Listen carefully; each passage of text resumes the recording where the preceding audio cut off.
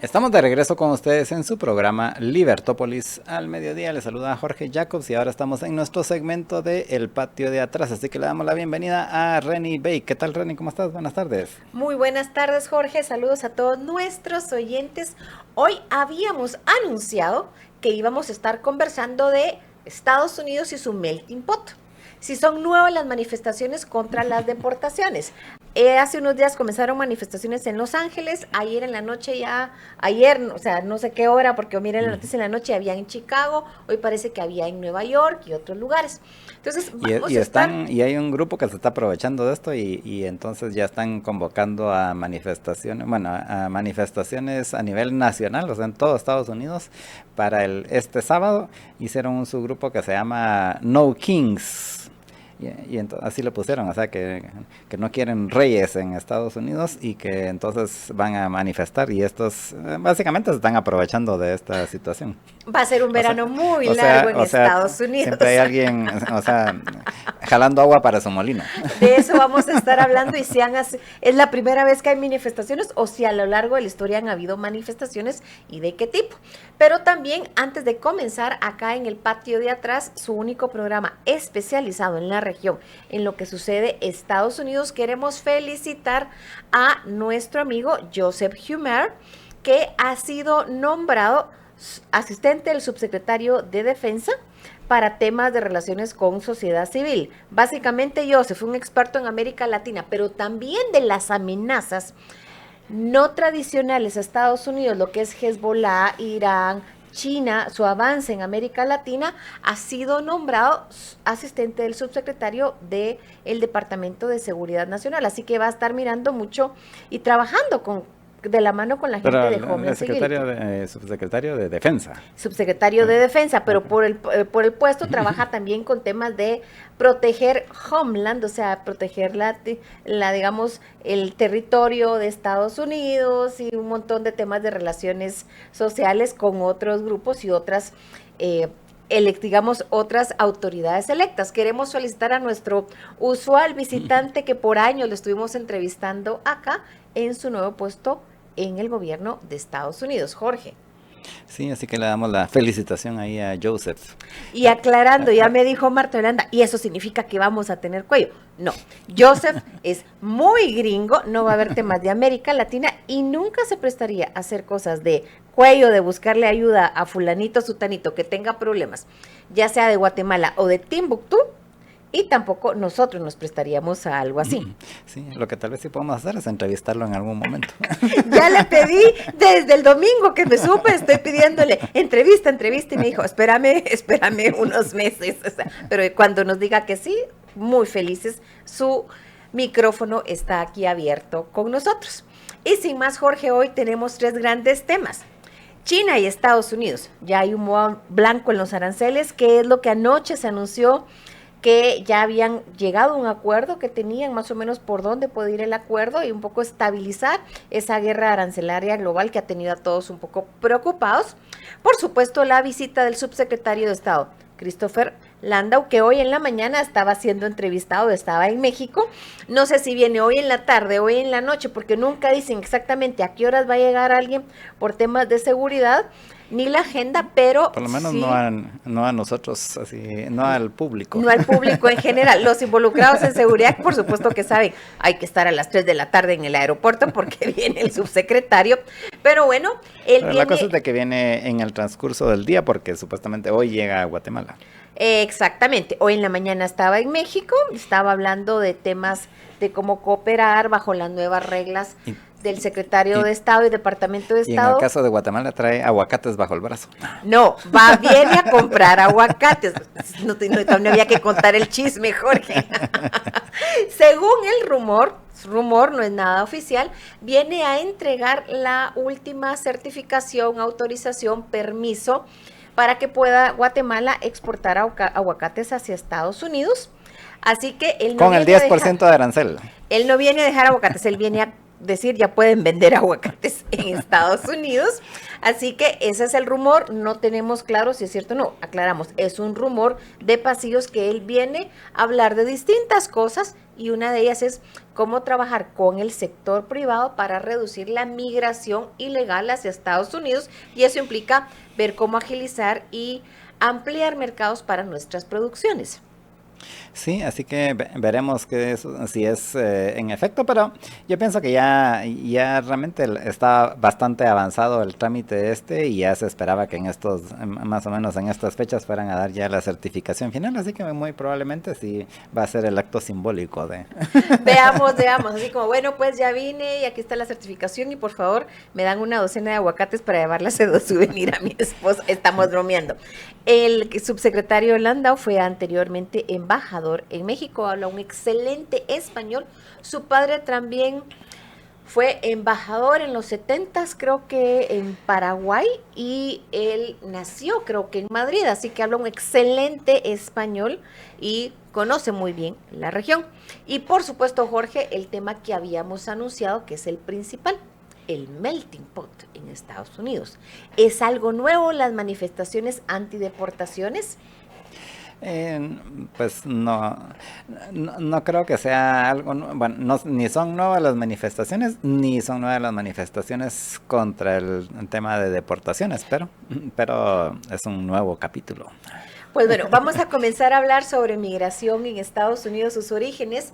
Muchísimas gracias a todos los que nos estuvieron escribiendo la semana pasada. Les gustó mucho nuestro análisis, explicación sobre la división de poderes en Estados Unidos. Y hoy hemos trabajado un poquito en la línea de hablar de el contexto histórico de Estados Unidos, sus orígenes de la migración, cómo se formaron los distintos estados y obviamente cuáles han sido las oleadas migratorias que han llegado a Estados Unidos y las manifestaciones, problemas, enfrentamientos que a lo largo de su historia han habido en esa mezcla de la olla o el crisol de razas. En pantalla, para los que nos están mirando vía nuestras redes sociales, @Libertópolis y libertópolis.com, nuestra página web, podemos ver la migración en Estados Unidos, sus orígenes. ¿Cuál fue el origen de la migración en Estados Unidos, Jorge? ¿Qué tenemos en pantalla? Sí, pues precisamente a los peregrinos que venían de los Países Bajos, si mal no recuerdo.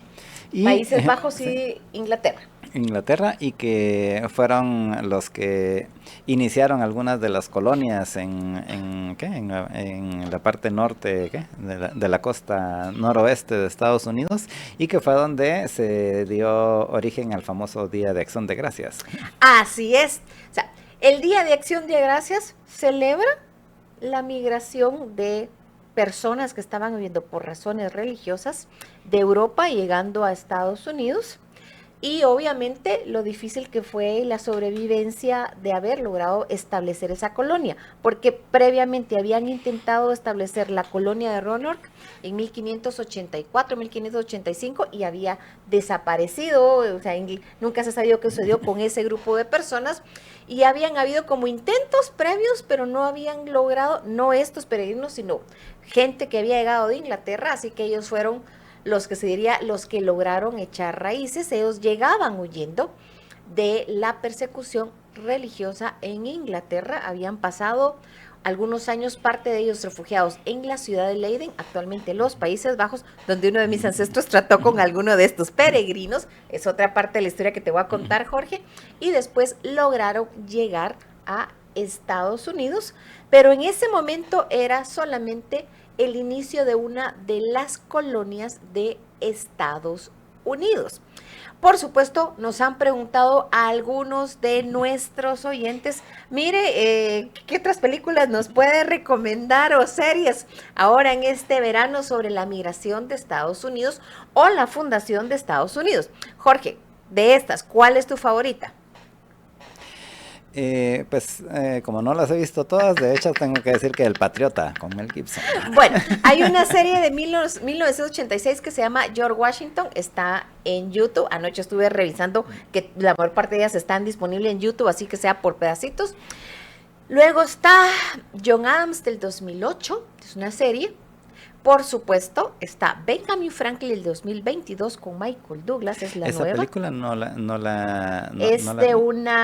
es una serie de televisión en una plataforma, no recuerdo en qué plataforma está. Ah, la voy a buscar porque esta sí no la he visto, pero de seguro me gustará verla porque Benjamin Franklin es uno de mis héroes. Favoritos. Sí. El Patriota, que por supuesto con Mel Gibson, que es bien interesante todo el devenir, e incluso hay un momento cuando él se está negando a entrar, o sea, está en una reunión y él dice, miren, es que vamos a ir a la guerra, él dice, no, yo tengo hijos, no quiero ir a la guerra. Y luego le dice, es que hay un rey, sí, pero yo prefiero un rey a 3,000, un dictador o un tirano a 3,000 millas que 100 tiranos a una mía o 3,000 tiranos a una mía, como diciendo, y ajá, ¿qué vamos a hacer para quedar claro que no me van a invadir o mis vecinos no me van a intentar imponer su modelo de vida? O sea, eso es bien interesante porque es la base de la discusión de la Carta de Derechos del Ciudadano que hablamos la semana pasada, no el personaje de Mel Gibson, pero es la esencia de la discusión de, sí, queremos ser independientes, pero tenemos que estar claros que cuáles van a ser mis derechos para que no me avasallen los vecinos de al lado si se ponen de acuerdo. Por supuesto, mi película favorita, que es Amistad. La semana pasada mencioné que era Libertad, no, es Amistad, que es sobre la última batalla de la Revolución Americana, en este caso sobre el tema de la esclavitud con Sir Anthony Hopkins, muy recomendable. Y por supuesto hay una serie de televisión que se llama The Gilded Age, que es sobre Nueva York y la Revolución Industrial, va por la segunda temporada, se puede ir mirando por pedazos, pero ahí se ve mucho también de los enfrentamientos y de cómo llegaba la gente migrando a finales del siglo XIX a Estados Unidos y el Nueva York de migrantes ricos antiguos y ricos o nuevos ricos y cómo eso era la interrelación que se daba en ese momento con una visión distinta. Aquí tenemos en pantalla lo que serían las originales 13 colonias y en la filmina, Jorge, vamos a ver el tamaño de las 13 colonias con el tamaño de lo que ahora actualmente es Estados Unidos, para los que nos están mirando en nuestras redes sociales. Y vemos, Jorge, algo que tomé prestado, ahí está el reconocimiento al autor de las razones de la fundación de las 13 colonias. No es lo mismo lo que se conoce Nueva Inglaterra o la parte norte, que es Massachusetts, New Hampshire, Connecticut y Rhode Island, que en general las primeras 3, aunque realmente eran las 4, eran por libertad de culto. Massachusetts, 1620, los peregrinos, 1622, New Hampshire, ahí estaban buscando comercio y también libertad de culto. Luego estás mirando Connecticut, 1636, libertad de culto, y Rhode Island, también libertad de culto entre 1620 y 1640. Jorge. Y por cierto, yo estuve en New Hampshire hace un par de años y lo que mencionaban ahí nos estuvo contando un poco de la historia antigua y también actual de New Hampshire, y mantienen los ciudadanos de New Hampshire mantienen mucho esa celo por la libertad y que no se metan con ellos, ninguno. Al final eran, Jorge, ahí vas a ver el tema, tú ves por ejemplo Rhode Island, ¿por qué se funda libertad de culto? Habían personas que eran colonos de las otras colonias, pero unos eran cuaqueros, otros eran peregrinos, y de pronto como que no se van bien con alguno, lo que sería como alguno del grupo, y terminaron siendo expulsados. Entonces se van a Rhode Island, donde por cierto, ahí se establece la libertad de culto. Es vos puedes tener la religión que querrás, aquí todos nos respetamos. Y ahí hay una anécdota que Jorge quiere contar de cuál es la historia de Rhode Island y la primera sinagoga de Estados Unidos. Cómo es que los judíos los sefardís, y no fueron los que expulsaron los españoles en 1492, ¿cómo terminaron descendientes de ellos en Rhode Island? Jorge, tú querías contarnos la historia. Sí, es que es interesante porque fueron un grupo de judíos que vinieron a América, pero primero estuvieron en Brasil, de ahí fueron a una de las islas en el Caribe y al final pararon en Rhode Island y fue donde lograron encontrar donde poder estar tranquilos y poder ejercer libremente su religión. Pero antes de Brasil habían estado en Ámsterdam. O sea, ¿qué fue lo que pasó? Son expulsados de España en 1492. Llega un grupo de ellos a Ámsterdam, los Países Bajos actualmente, y luego los Países Bajos estaban también en la competencia de establecer colonias en los nuevos territorios descubiertos, establecen una colonia en Brasil y ahí se van parte de esta comunidad judía. Barbados.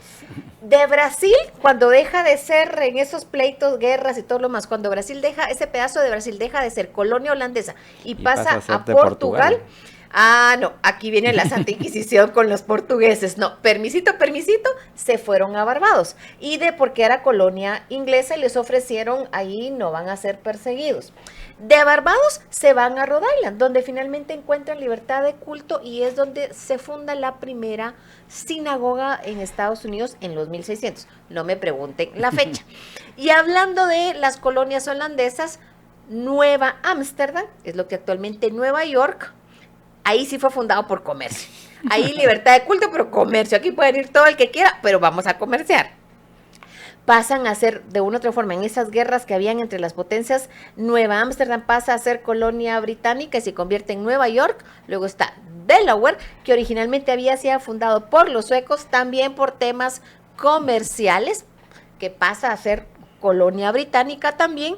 Nueva Jersey y Pensilvania, que tienen una mezcla de libertad de culto y también inversiones por sus fundadores. Y luego viene la costa sur, Virginia, que quería exportación comercial, Maryland, libertad de culto, que fue donde llegaron católicos ingleses a poder practicar el catolicismo en libertad, y luego las Carolinas y Georgia, que eran ganancias del comercio. O sea, la visión era distinta y el objetivo de cada colonia era distinta. Pero al final el patrón importante era de que la mayoría iban buscando libertad, sea por temas religiosos, sea por temas comerciales, pero al final es lo que luego se ve más adelante ya como parte de lo que sería Estados Unidos.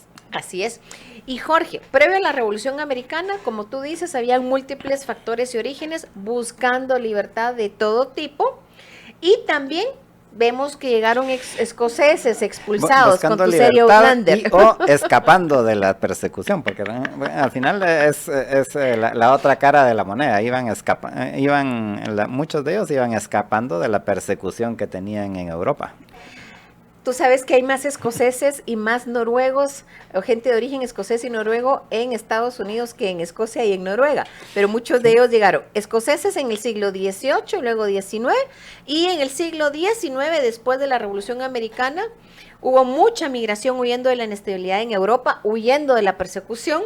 Habían emigrados franceses, que era la gente que iba huyendo de la Revolución Francesa, alemanes, europeos del norte. Hubo una hambruna en Irlanda en 1847, mirabas esos buques llegando de irlandeses con nada, viendo cada semana a los puertos de Estados Unidos, viendo cómo lograban entrar. Básicamente se estaba dando la colonización del Medio Oeste, toda la historia de las caravanas, el Medio Oeste, el tren, y por supuesto los europeos del norte, de Iowa y las Dakotas. De ahí que la secretaria de Homeland Security, Kristi Noem, es de origen noruega, y hay más noruegos gente de origen noruego en Estados Unidos que en la propia Noruega en este momento. También llegaron italianos, pero no todo era pan sobre hojuelas, porque siempre habían enfrentamientos entre los que ya estaban y los nuevos que llegaban. Y hay una película sobre eso que se llama Pandillas de Nueva York, de Martin Scorsese, que la tenemos en pantalla, una fotografía de esa película. Es una película genial. Muy recomendable, sobre esos enfrentamientos que eran entre italianos, entre irlandeses, entre, ¿cómo decirte?, entre los que ya estaban y los que estaban llegando. los enfrentamientos entre pandillas y por supuesto la policía, y eran enfrentamientos con muertos, incendios, peleos, pleitos, etcétera, etcétera. Por supuesto, en el siglo XX, Jorge, antes de la Primera Guerra Mundial, la gente que quería llegar a Estados Unidos era una política de puertas abiertas. Básicamente todo el que quería llegar, llegaba en puerto. Se dice que más o menos el 10% de la población de Estados Unidos en este momento desciende de alguien que llegó a la isla de Ellis Island en Nueva York. Y hay una fotografía que tomé de las redes sociales de cómo llegaba la gente, mayormente de Europa, huyendo de la hambruna y de las guerras y de la estabilidad que había en Europa en ese momento. Igual también se iban a Argentina. Era una época en que los países de América era el que quiera venir, que venga. Lo que sí, en Estados Unidos tenían que pasar un examen en Ellis Island de, a ver, ¿no trae tuberculosis? No tiene enfermedad contagiosa, no. Ok, ¿sabe leer? Sí o no. Ok, puede entrar, pero sí tenían que llevar de una forma una solicitud. Eso cambió después de la Primera Guerra Mundial, donde se vuelven más estrictos. Ya no es que podías migrar y ubicarte ahí literalmente, pero también establecen el programa Braceros entre 1942 y 64, porque necesitaban mano de obra para la agricultura y ferrocarril. Ya entonces comienzan a ver a México, incluso hubo gente de la frontera de Guatemala con México que se fueron al programa Braceros, y por eso resulta que gente de la frontera de Huehuetenango tiene un tío abuelo que vive en Estados Unidos, es ciudadano de los 60. ¿Y cómo así? Es que se fue con Braceros y se quedó allá. ¿Por qué? Porque el movimiento era mucho más libre y iban a trabajar con permiso y con ciertas condiciones. Eso va cambiando, Jorge, de los 60 a la fecha. También cambia un poco el movimiento de gente, comienza a llegar ya más gente refugiada de Asia. Mira a los de Corea, de Vietnam, los Dutch Indo, que son mezcla de holandeses con indoneses, que era lo que era mi padre, y luego ves también un mayor movimiento de latinos hacia Estados Unidos por razones políticas y económicas. El sistema migratorio se complica, hay más legislación y por supuesto el gran desmadre, que es como le pusimos con Jorge durante el COVID. Todo el que pudo caminar de América Central, de México, y también gente de África y todo, que podían llegar a la frontera con Estados Unidos, pues se fueron para allá. Así que ves la batalla en el tiempo legal e ilegal. Antes era más fácil migrar en el siglo XIX a Estados Unidos, todavía antes de hace unos 50, 60 años, y en la medida que la legislación fue cambiando y el sistema se fue complicando, comenzaron estas manifestaciones que no son las primeras. En Los Ángeles, ya en 1992 hubieron unas grandes manifestaciones. En ese momento fueron porque habían habían soltado a unos policías que la gente no creía que debía, porque habían golpeado a alguien de un afroamericano. Entonces, ¿cómo que los van a soltar y todo lo demás? Hubieron protestas raciales. Bush padre mandó a la Guardia Nacional a solicitud del alcalde de Los Ángeles y el gobernador de California en ese momento. Y esa es la gran diferencia en este momento con las manifestaciones del 2025, que ahora son protestas antideportaciones, pero Trump envió la Guardia Nacional y la alcaldesa y el gobernador habían dicho que no. Entonces tienen un surrifirrafe que dicen, Trump le dice, es que hay invasión, nosotros tenemos un tema legal, y la alcaldesa de Los Ángeles y el gobernador de California, que son demócratas y que es un contendiente posible político para la candidatura presidencial en el 2028 en Estados Unidos, dicen, nosotros no los hemos pedido, tú estás abusando. Ya casi que se mandaron y básicamente nos vemos en la corte. ¿Está o no Trump sobrepasando sus funciones? Eso lo va a decidir, como lo habíamos la vez pasada, en la Corte Suprema en estos días, porque creo que esa discusión va a llegar a la Corte Suprema. Jorge, ¿qué opinas tú? En efecto, yo pienso que va a llegar a la Corte y ahí, más que las diferencias entre demócratas y republicanos, se está jugando el federalismo en Estados Unidos, porque allá está muy bien definido cuáles son las funciones del gobierno federal y cuáles son las funciones de los gobiernos estatales, y eso es parte de los pesos y contrapesos que hay en el sistema. No es solo el ejecutivo y el legislativo, sino que adicionalmente está en el gobierno federal versus los gobiernos estatales, y yo pienso que eso es básicamente lo que está en juego ahorita en esta decisión, que como bien decís, va a llegar a la Corte de Como Suprema. sería, nos vemos en la Corte. Hay que recordar que el nombre de Estados Unidos es Estados Unidos de América. Son estados que tienen una unión y cada estado tiene su propia constitución, su propio Congreso y Senado estatal donde discuten legislación de interés del estado que no es federal